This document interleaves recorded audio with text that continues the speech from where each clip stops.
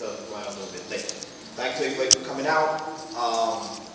Let me just let you know how the day is going to go.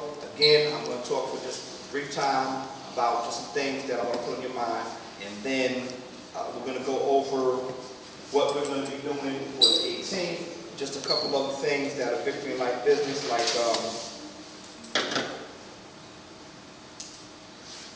well, I don't know what we're going to do with the parents committee thing today. We might table that to next time. But we're going to talk about a play that Lee and Kay are working on. Get up a hand. They're doing such a good job. They're writing a play. Lee and Kay writing a play. And I was blessed with being able to sit Wednesday with them and read over what they got so far. And me and Stacy kind of just put a little concept together and gave them an idea of what we want to do. We want to play that they were bullying. And they're taking it in every one way. And you know, what I had in mind is they're going to a whole nother hemisphere. And it's just beautiful. I'm loving it. So we're going to talk about that briefly. But before we do that, I want to, are we rolling? Okay, I want to start by putting something on your mind. I want to be clear because we've kind of gotten away again. For those who are new, y'all not used to us having little discussions. For those who have been around for a while, know that whenever Victory in Life meets, we always kind of have a little dialogue before we go into the activities, because I want to be real clear that Victory in Life is not just about singing and modeling and dancing. The performing arts is beautiful, but we're also about developing minds and mentoring and helping these young people, and y'all, make a smooth transition into adulthood. And the parents are doing a wonderful job. You know, hands are all hands. But in African culture, the parents can't do it by themselves. They never did it by themselves. It's an expression that says it takes a community to raise a child, and we've gotten away from that, and we need to get back to that. So, I want to just touch base today on two words: productive and destructive. Let me ask you a question. What is a common denominator? What does all life have in common? Can anybody think of what, and this is for young people, can anybody think of one thing that all living things have in common? You who? Okay, we breathe. I believe that it's just not what I'm looking for, but yeah, I think that all living things do breathe. Anybody else? What's something else they have in common? No, kids. You had dinner? Nobody? All life reproduces. All life reproduces. So things that reproduce, we call that what? Being productive. Being productive equals productivity. Now I submit to you that if you're not productive in life, that you're not really living. You see, just because you're walking around and you're breathing and you're talking and you're thinking doesn't mean that you're really living. I'll submit to you that in order to have a successful, happy life, that it's important for you young people to think about being productive in life. And you might say, well, why are you even talking about that? But you'll be surprised at how many people are walking around here like zombies that are not productive. You see them every day. They're walking around and it's almost like they have no use in life. I mean, they do nothing, they give nothing to society, that all they do is take, and that helps nobody.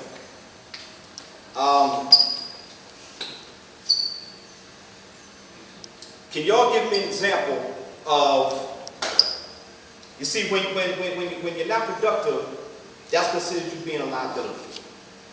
And let me give you the definition of liability. Liability is something that is a hindrance or disadvantage. Sentence, his lack of education is his biggest liability. So in other words, this person in that sentence saying that because this person doesn't have an education, that's a liability to them. They're at a disadvantage. They might not be able to make it in life because they don't have an education. Can y'all give me an example of what it is to be productive in life? What are some things that you need to do to actually be productive in life?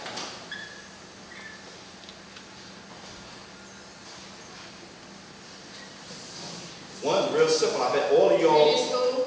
Who? Finish school. Finish school. Right. Finish school. No. You finish school, you're being productive in life because you're setting yourself up for a successful future by having an education. What else? What else makes you a productive person? Come on, y'all, you sticker caps. Give me something else. Christian, what else makes you a productive person? Huh? Well, how can you be successful though? What can you do to be successful? What thing? What thing? Huh? I ain't heard something. Have a good side to everything? Or be a good person, what you're saying? Okay. Let me give you some examples of being productive. When, say you're in a single family household, and it's just the mother that is in the household and there's 3 kids. Is being productive helping your family? Even though you say you're the oldest of 3 kids and you got little siblings. And it's not your responsibility to take care of the parent, but because it's a single parent and that parent has to work and do things to bring money into the house, would it be helpful? Would you be productive if you help babysit or take care of those your younger siblings? That being productive? Huh?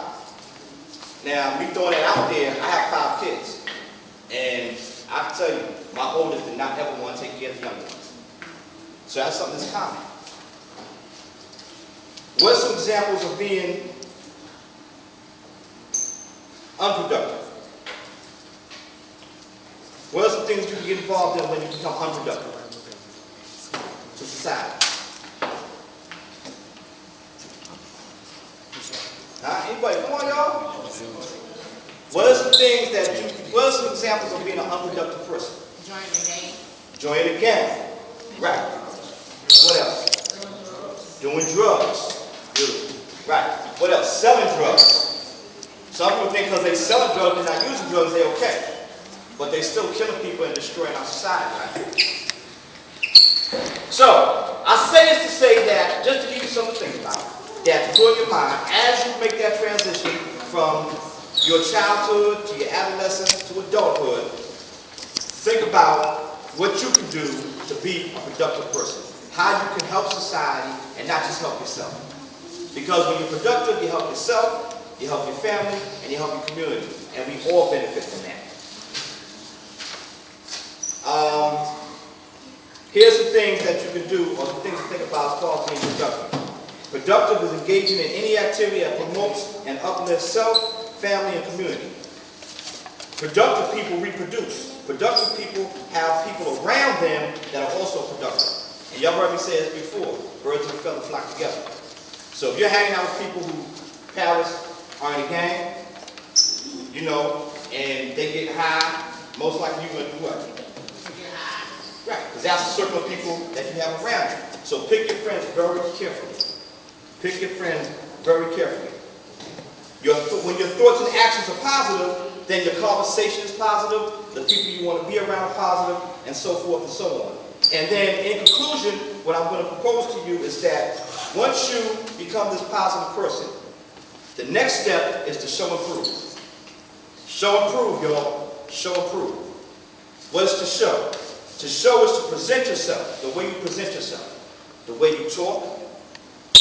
You know, as a young person, if I'm talking to a young man, he's saying, yes, sir, I'm like, well, man, he got some, you know, he might got some positive stuff with him because he knows how to talk. He knows how to be polite.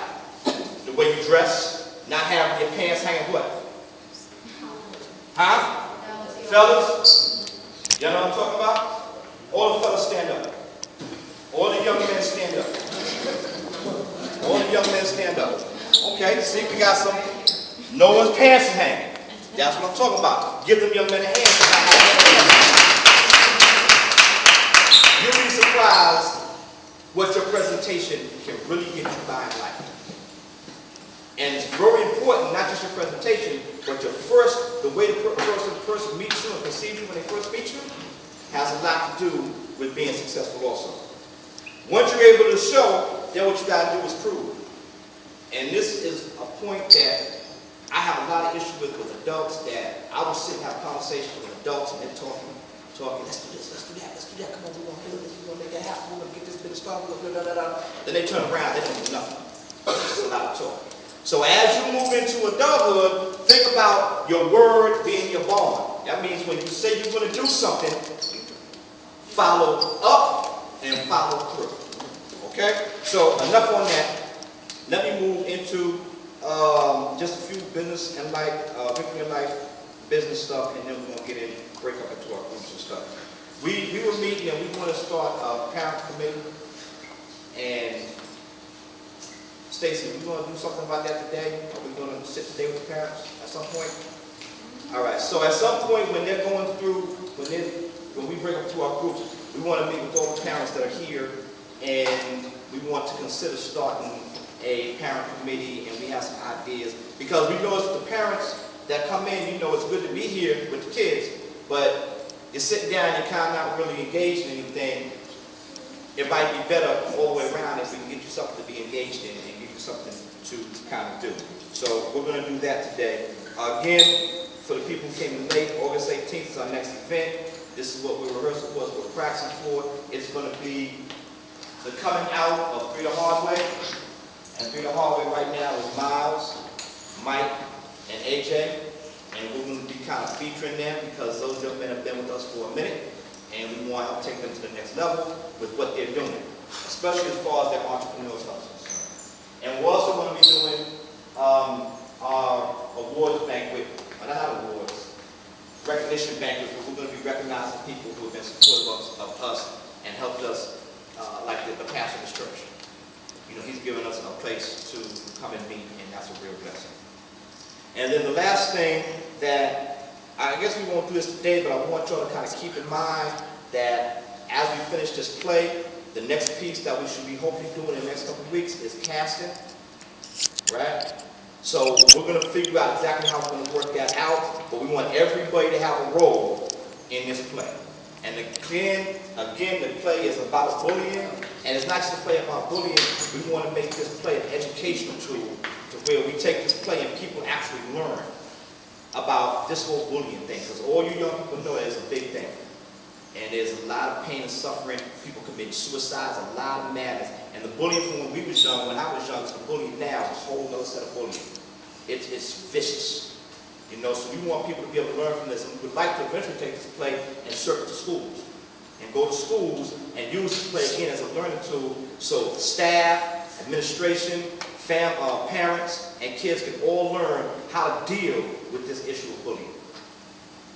Okay? And that's it. We're going to break up. Stacy, I guess you got the miles here. I made the area for you. Right? Paris and Miles, and Deshaun, if y'all could go to the back, we're going to have an adult come back there with y'all. Y'all work on that song. Okay?